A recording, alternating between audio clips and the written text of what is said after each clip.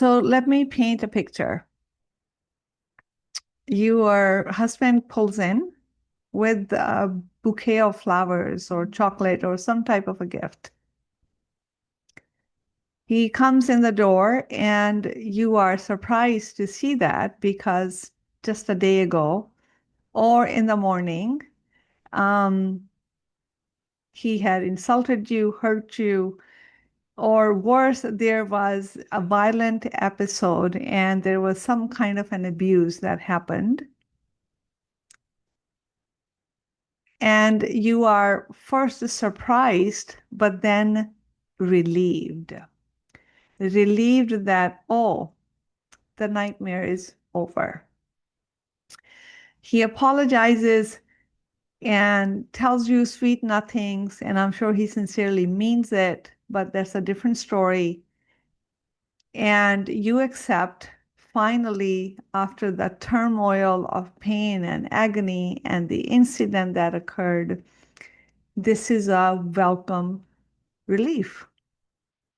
So you can finally breathe, finally exhale, and have a normal day. You're ecstatic. But if this is a cycle that has been happening in your marriage over the course of many years, then I hope that you are recognizing the pattern and hopefully you're still not in that situation. I never recommend for anyone to stay in any type of abusive relationship. But suppose that so many years haven't passed, this may be like a new relationship, or it hasn't happened before, or it happens so infrequently that you forget. And you forgive, you move on, because at least then you can have like a long period of safety and peace.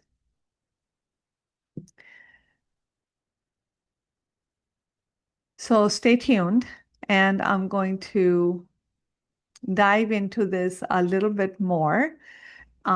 This is a difficult topic to talk about because it's triggering. So trigger warning, if you are in that situation, I apologize. I'm going to try to be as real, but I'm not here giving you gory details, but I want to talk about what's happening here and how you can think about the situation and how you can help yourself. So my name is Meena Puri. I help you resolve the triggers, emotional triggers, and deep-rooted patterns from the root so you can experience authenticity, connection with yourself, live with ease, presence, and joy. Okay. Many times when women experience something like this, I have yet to come across a situation where there's only one instance. It's possible that, something like that happened. There was an abusive episode. So when I talk about abusive, it's not just physical abuse, it is mental, emotional abuse.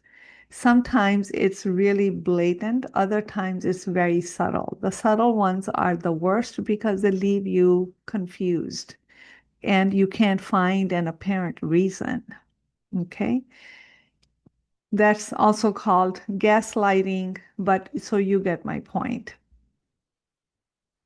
This cycle of like the nightmare or the fight or the explosion and the little period of relief is what many women go through, and they have normalized it, and they think, well, it's just like that. It doesn't happen all the time. It's not that bad.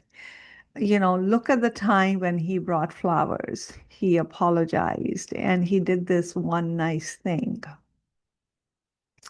And he's a really, really good person. I know his heart. He's a really, really good person. All of this may be true or may not be. I don't know, and neither do you. So here are a few points that I want to make. Number one, a relationship, a marriage is a totality. It's not few moments, few nice moments put together that is going to give a peaceful, safe, the marriage where you are enjoying the relationship and you are an equal partner inside the marriage. So little pieces of goodness, kindness, and novelties and gifts, they don't make up a marriage that really will be a happy marriage in the long run. So when you find yourself excusing this type of a marriage or finding an excuse to live inside this marriage, then I want you to pay attention to this. Ask yourself, how do you really feel overall? Do you feel safe with him or without him? Do you feel more like yourself when you are alone, or do you feel like more like yourself when you're with him? How do you feel when you're with him? That's a question that you want to ask. Second thing I want to point out to you is this. Instead of looking at the few nice, happy, connected incidents, like somebody buys you flowers, they apologize, they're never going to do it again, you have a few good days.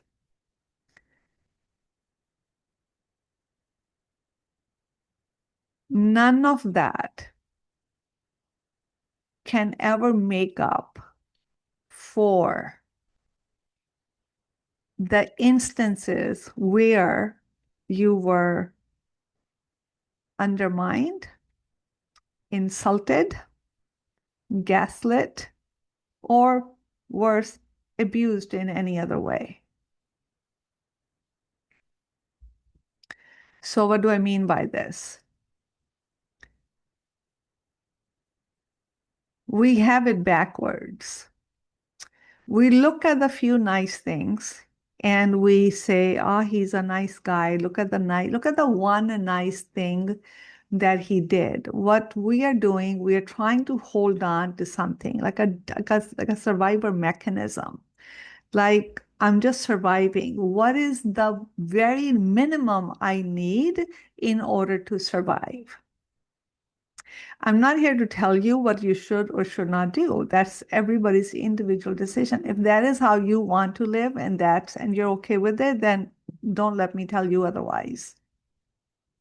But this is for the women who are struggling and conflicted internally and they live with this turmoil on a daily basis.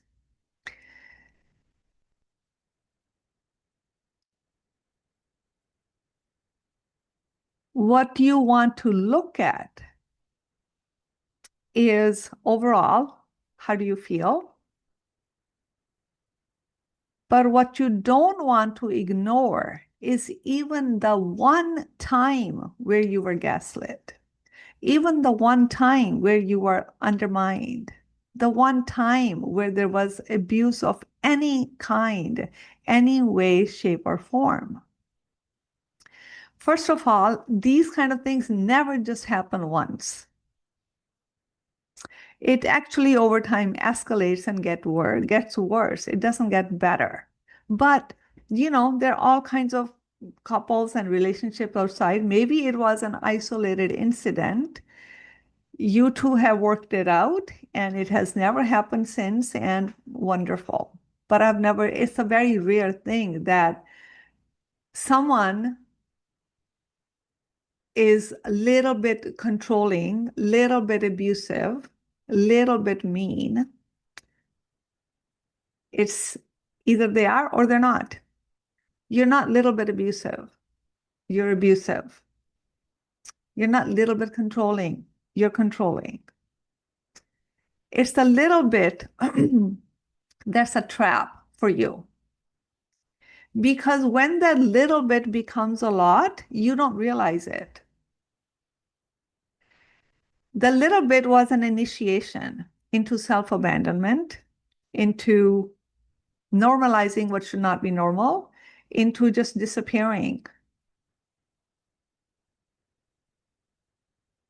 When you accept that little bit and make it normal, guess what? The standard for the normal is going to rise. What was a little bit is now going to become, I apologize, is going to become a normal occurrence, and you're going to normalize it because that's what happens. A subtle increment, and before you even know it, you don't recognize your life, or worse, you don't recognize yourself in it. You don't know how the heck you ended up where you ended up.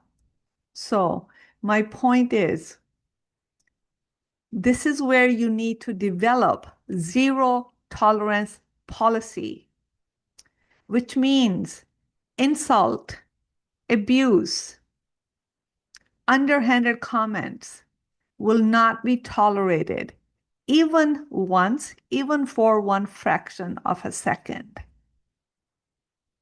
Don't fall into that trap. Catch it, take a stand for it. Human beings make mistakes. Sometimes your partner can make a mistake, can have a bad day. Everybody can have a little bit of a mean streak, but when they realize it's like, sorry, sorry, I'm so sorry.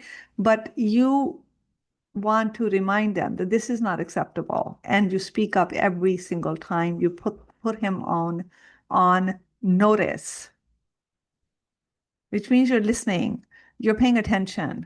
You know what's acceptable, what is not, and you're going to stand up for yourself when anybody crosses that boundary, crosses that line.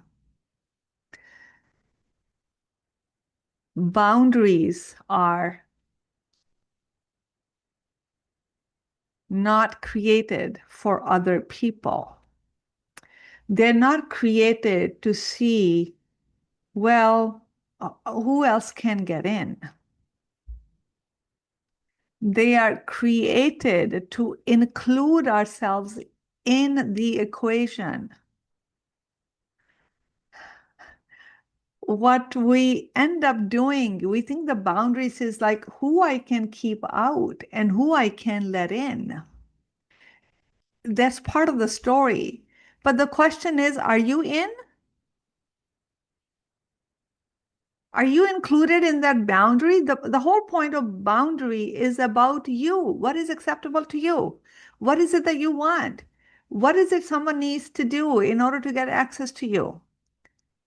Many times we forget to include ourselves, or we keep focusing on who is getting in, who's not getting in, but you're not in, which means you're creating boundaries that are confusing to you. Boundaries are to protect your your wants, desires, what's acceptable, what is not acceptable, how to connect with people, how to disconnect with people. These are for you. And it's possible that you have forgotten yourself to include yourself in the boundaries because they're actually about you. So the temporary relief that you may experience, which I'm sure is much needed, to fall into that and be lulled by that is a trap because the pain is coming soon. That's the other cycle of it. The cycle is going to continue. In order for you to recognize what the cycle is, you have to nip it in the bud. Is when it happens first, you have a zero tolerance policy. It does not escalate because you won't allow it, you won't tolerate it. Third thing, this thing about he's a really nice guy. He has a really good heart. And I believe that about people. I think people have a good heart. It's just that they are disconnected from it. I think I think people are genuinely nice, but their life circumstances or whatever has happened to them has turned them into whoever they are. It doesn't help you to understand his traumas. And it's not your job. Just because you can understand why he is the way he is, it's not a ticket. It's not a ticket to abuse you. It's not a ticket for you to just destroy your life in the process. It's not permission slip. You can have empathy, you can have compassion, but whatever happened to you? Do you have compassion for yourself? Do you have empathy for yourself? Why do you think you should be in this situation, understanding the other person, but totally negating the trauma that you are undergoing by being with them? Women have this tendency, I do too, I'm guilty of that, but I'm getting better. I'm always okay because I didn't have a definition for my okay because I actually was okay. I'm always okay. I understand this. I can do this. It's not a big deal. I'm a bigger person. I know this. It's no big deal. You can do anything you want to do. It is true. But that doesn't mean that anybody can do whatever they want to do. So this superwoman syndrome that we have been conditioned to have, women, good women can fix everything. You can tolerate a little bit more. If you understand a little bit more, you can be kinder. You can be more giving. It's in your nature. Be a woman. Please don't buy into that nonsense. Women have the most beautiful giving qualities, but don't mistake that for being abused. That it's okay. Don't mistake that for being insulted. Don't mistake that for being minimized and undermined and degraded and not listened to. That does not mean you being nice, does not mean you put a tape on your mouth and block your heart and you just become a robot to keep the peace in somebody else's life. That's not what that means. Don't Don't waste your good qualities on a situation that may never rectify by itself without you changing something. You're not going to rectify it by tolerating more. You're going to rectify it by actually speaking up and standing up. Okay, the next point that I want to make is the potential. You have high potential, I have high potential. But so what? You think the potential is going to just come to me and say, here, have it. There's work involved. There's change involved. There's participation involved. And you can't materialize somebody else's potential. You can only work towards your potential. So this thing about my husband or my spouse, he has great potential. He is really such a good person. He remember this one thing he did. Remember how he's like that. So go back into the zero tolerance policy. What you're doing is you're looking at the good things and highlighting them and pretending everything else doesn't exist. You're looking at the flowers and the niceties and the novelties and thinking, oh, okay, he loves me. It's okay. Instead of looking at the whole of the marriage. But when it comes to where you are being yourself eroding, you put a blanket over how you got there to begin with, how you keep tolerating more. It's the other way.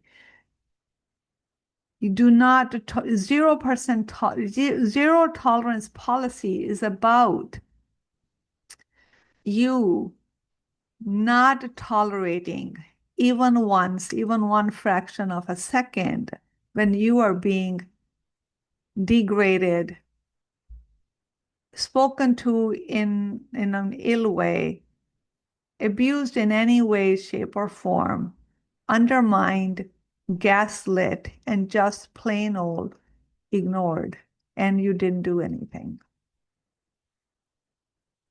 Even if it happens once, It's rarely the case.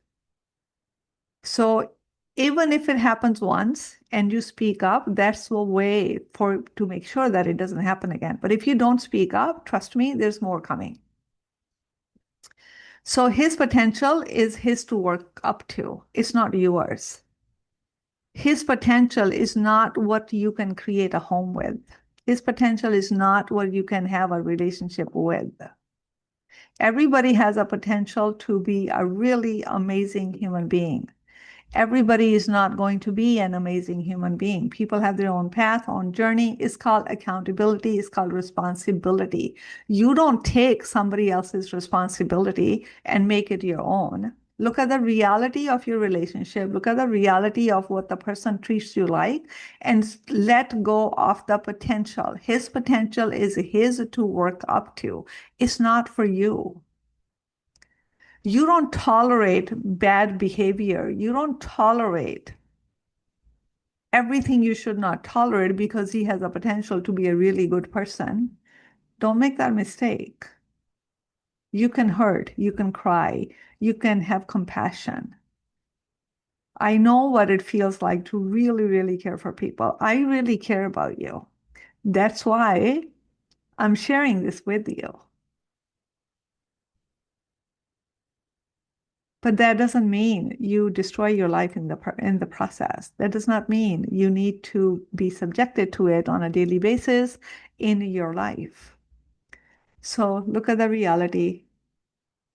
Those are called red flags. When somebody tells you who they are, believe them. Okay? People tell you who they are with their behavior, with their actions, with how they treat you. Believe them. Don't keep on taking bad behavior where you keep on disappearing and think, oh, but they have a potential to really treat me well. How much time do you have? And I hope to God that they do. I wish healing for all human beings. And I understand where the abusive behavior comes from, the controlling, the narcissism, and all of that. Trust me, I do. But I'm talking to you. I'm talking to you. It's not your job to fix your spouse. It's not your job to heal your spouse and heal his trauma. Your only job is to heal yourself. Your job is to find out who you are, connect with that, let go of the fear, take a stand for who you are. Value yourself in the same way the Creator values you. Nobody's going to value you. Your husband is not going to value you if you keep taking his crap. He's going to think, well, she's used to it. Get used to the good things. Don't get used to the pain. It's not normal. Don't normalize something which is not normal. So, anyways, this was my message. So, remember zero tolerance policy. Get out of the trap of, oh, he brought me flowers. Potential is not reality.